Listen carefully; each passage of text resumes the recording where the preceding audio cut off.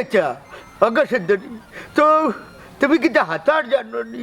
জি না জনাব, ছোটবেলা থাকতে হাতার একদম পারছি না। নো প্রবলেম, আমি তাহলে হাতারি খাই। হ্যাঁ ও না স্যার আর মাতো স্যার তাহলে লাগে আমার ভালোবাসা আপনি তাহলে হাতারি খাইবা কেমনি?